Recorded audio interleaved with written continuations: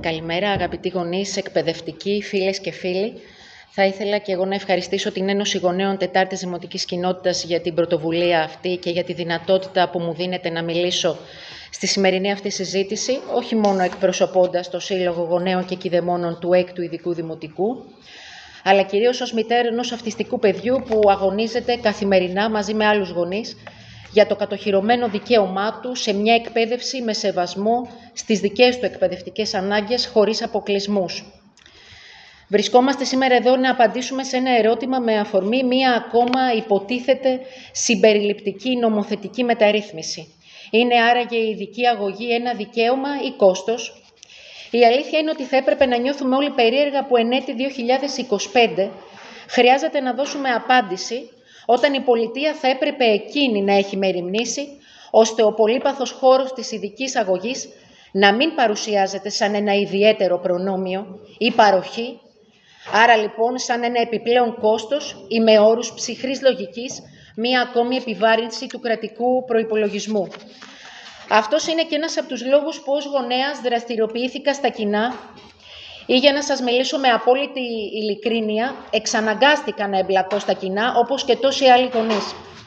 Η ανάγκη μας να διεκδικήσουμε για λογαριασμό των παιδιών μας κάθε δυνατή βελτίωση ως προς την καθημερινότητα και την εκπαιδευτική διαδικασία και ειδικότερα αυτών των παιδιών που φοιτούν στα ειδικά σχολεία. Πολύ γρήγορα κατάλαβα ότι άρθρα του Συντάγματος που πολλές φορές χρειάζεται να μνημονεύουμε ενώπιον αρμοδίων, όπως π.χ. το άρθρο 21 που προστατεύει τα άτομα με αναπηρία και επιβάλλει στο κράτος να λαμβάνει ειδικά μέτρα για την ένταξή τους, δεν είναι παρά κούφια λόγια στα χαρτιά. Αλήθεια, τι σημασία έχει που βάσει της Σύμβασης των Ηνωμένων Εθνών για τα Δικαιώματα των Ατόμων με Αναπηρία ορίζεται ότι τα άτομα με αναπηρία έχουν δικαίωμα στην εκπαίδευση χωρίς αποκλεισμούς σε ισότιμη βάση με τους άλλους? Εμείς βιώνουμε μία άλλη πραγματικότητα. Και αυτή η πραγματικότητα μας αποκαλύπτεται στο ξεκίνημα κάθε νέας σχολικής χρονιάς, τόσο σε εμάς τους γονείς, όσο και στους εκπαιδευτικούς και εν τέλει στα ίδια μας τα παιδιά, αφού δημιουργεί όλα εκείνα τα εμπόδια που βρίσκουν μπροστά τους. Εμπόδια που δεν μπαίνουν από την ίδια τους την αναπηρία ή τη δυσκολία, αλλά από την κρατική αδιαφορία. Όσοι δε συμμετέχουμε στους συλλόγους των ειδικών σχολείων, ξέρουμε καλύτερα από τον καθένα τι σημαίνει να ξεκινά κάθε σχολική χρονιά με άγχος και αβεβαιότητα για το πότε και εάν θα καλυφθούν όλες οι τάξεις με δασκάλους, εάν θα είναι επαρκές το ειδικό βοηθητικό προσωπικό, αν θα υπάρχουν οι θεραπευτές όλων των ειδικοτήτων, εάν το σχολείο θα έχει σχολικούς νοσηλευτές. Ξέρουμε επίσης τι σημαίνει να μην μπορεί ένα παιδί με βαριά αναπηρία να έρχεται στο σχολείο του και να παραμένει εκτός σχολικού πλαισίου για μεγάλο χρονικό διάστημα εξαιτίας των πολύπλοκων αυτών διαδικασιών στο κομμάτι των μεταφορών, με τους άγωνους διαγωνισμούς και τους κουτοπώνηρους ιδιώτες που προσπαθούν να βγάλουν τα σπασμένα τους, ενίοτε συγχωνεύοντας δρομολόγια, αφού η ανάθεση της μεταφοράς των μαθητών είναι για κάποιους από αυτούς ένα πάρεργο στο περιθώριο των άλλων πιο επικερδών δραστηριοτήτων τους. Ξέρουμε τι σημαίνει να δεχόμαστε, γιατί δεν έχουμε άλλες λύσεις, τα παιδιά μας να φοιτούν σε ακατάλληλες κτηριακές εγκαταστάσεις, πολλές φορές σε προκάτ αίθουσες, υπό αμφίβολες συνθήκες ασφάλειας, χωρίς αυλές, χωρίς κατάλληλες τουαλέτες, χωρίς αίθουσες αισθητηριακής ρύθμισης ή χώρους ηρεμίας, όπως επιτάσσουν οι διαταραχές τους. Κάνω ένα αστερίσκο εδώ και μια μικρή αναφορά. Σας ανέφερε πριν εδώ ο Κώστας ότι το σχολείο που στεγάζεται το 6ο Ειδικό Δημοτικό είναι το Βουστάσιο.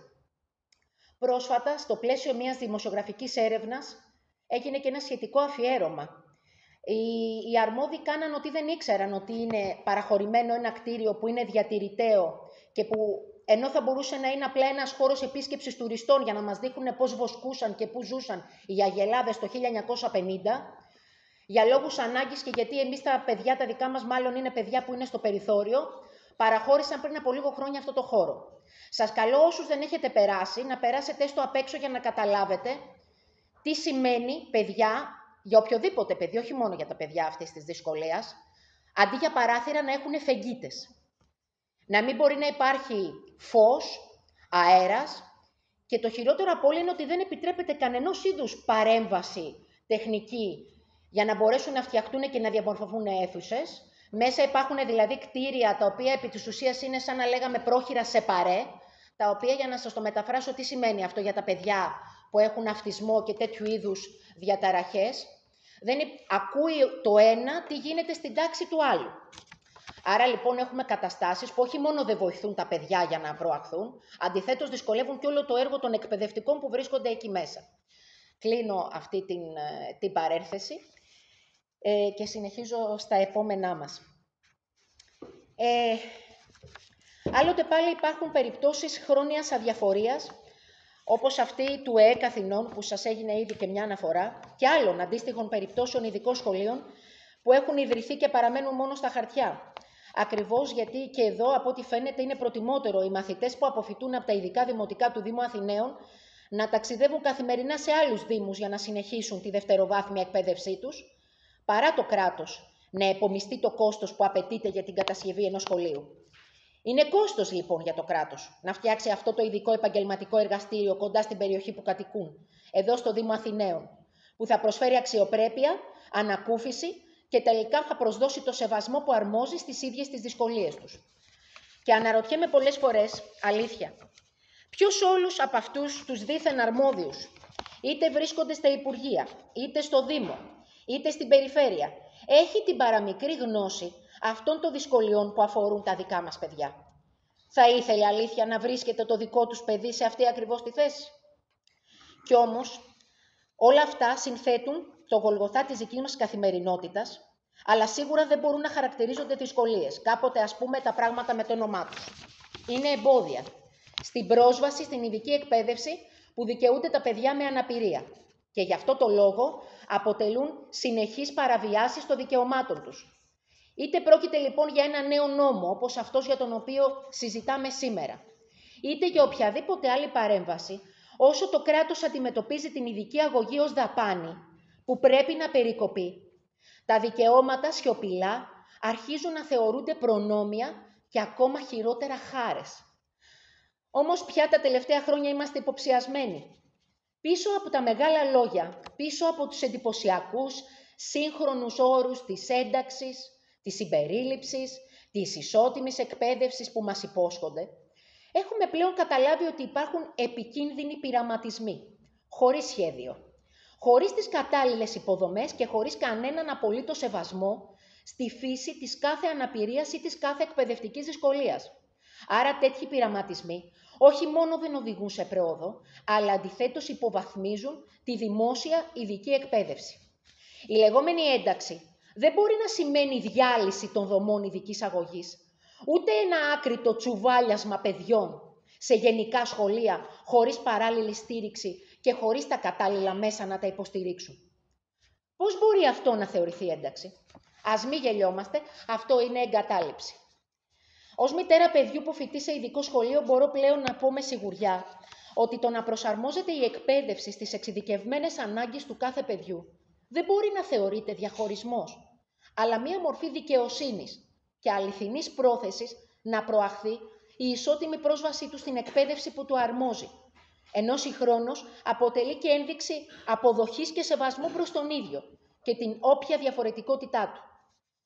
Και μιλώντας για το σεβασμό στη διαφορετικότητα, αν κάτι πρέπει να πούμε δυνατά σήμερα, είναι ότι η ειδική αγωγή δεν μπορεί να λειτουργεί εκτός κοινωνίας. Η ένταξη και η συμπερίληψη δεν μπορούν να είναι έννοιες που θα υπάρχουν μόνο σε τάξεις και σε κλειστά σχολικά συστήματα.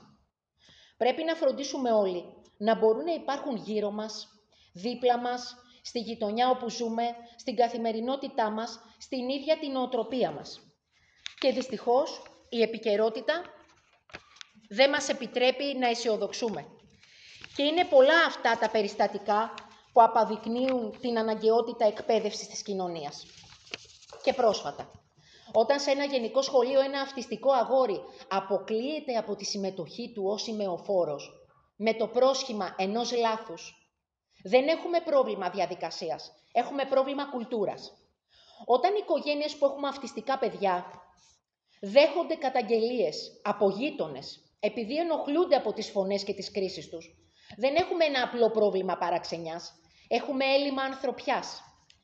Και όταν σε μια περιοχή της πρωτεύουσας, αυτό έγινε την προηγούμενη εβδομάδα, κάτοικοι αντιδρούν στην ανέγερση στέγης υποστηριζόμενης διαβίωσης για ανθρώπους με αναπηρία, θέτοντας διάφορα προσχήματα, για να μην αλλοιωθεί φυσικά η κανονικότητά τους, τότε μιλάμε για φαινόμενα μισαναπηρισμού και ντροπιαστικού κοινωνικού ρατσισμού. Όμως όλα αυτά δείχνουν ότι τελικά, φίλες και φίλοι, έχουμε μπροστά μας έναν καθρέφτη. Μέσα σε αυτόν βλέπουμε μια κοινωνία που ακόμη δεν έχει εκπαιδευτεί να αντιμετωπίζει τον άνθρωπο με αναπηρία ως ισότιμο πολίτη. Άρα, πόσο λίγη σημασία έχει να αλλάζουν μόνο οι νόμοι, αν δεν μεριμνά η πολιτεία να αλλάξουν οι αντιλήψεις. Γι' αυτό η ειδική αγωγή δεν πρέπει να είναι ένα απομονωμένο κομμάτι της εκπαίδευσης και να μπαίνει στο περιθώριό της. Τα παιδιά μας δεν είναι ειδικά παιδιά, επειδή φοιτούν σε ειδικά σχολεία, έχουν τα ίδια δικαιώματα και με εκείνα που φοιτούν σε γενικά. Και για να μπορούμε να οραματιστούμε στο μέλλον οποιαδήποτε ουσιαστική ενταξιακή εκπαίδευση, πρώτο μέλημα όλων θα πρέπει να είναι η εκπαίδευση της κοινωνίας σε κάθε επίπεδο, στο σεβασμό, στην αποδοχή, στην κατανόηση. Και η υποχρέωση αυτής της πολιτείας είναι πρώτα απ' όλα ηθική. Και πάνω από κάθε κούφιο νόμο και μια ψυχρή νομοθετική ρύθμιση. Άρα, η ευθύνη του κράτους για την ειδική αγωγή δεν μπορεί να περιορίζεται μόνο σε εντυπωσιακές εξαγγελίες και πρόχειρες λύσεις.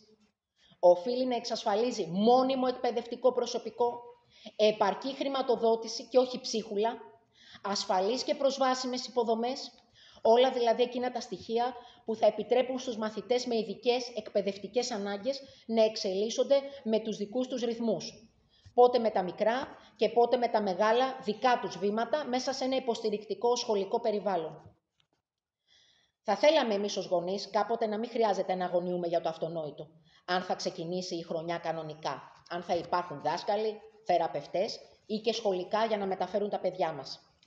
Ακόμη και αν η απαιτητική καθημερινότητα πολλές φορές μας αναγκάζει να αποδεχόμαστε αυτά που μας δίνονται, γιατί δεν έχουμε άλλες εναλλακτικές, δεν σημαίνει ότι θα αποδεχτούμε και την αδικία απέναντι στα παιδιά μας. Δεν θα αποδεχτούμε ποτέ τη σιωπηρή υποβάθμιση των ειδικών σχολείων, ώστε να μετατραπούν σε υποστελεχωμένους χώρους ειδικής φύλαξης. Αντίθετα, δεν θα σταματήσουμε να διεκδικούμε να είναι εκείνα που θα πρωτοστατούν στη θεραπευτική εξέλιξη των μαθητών και παιδιών μας.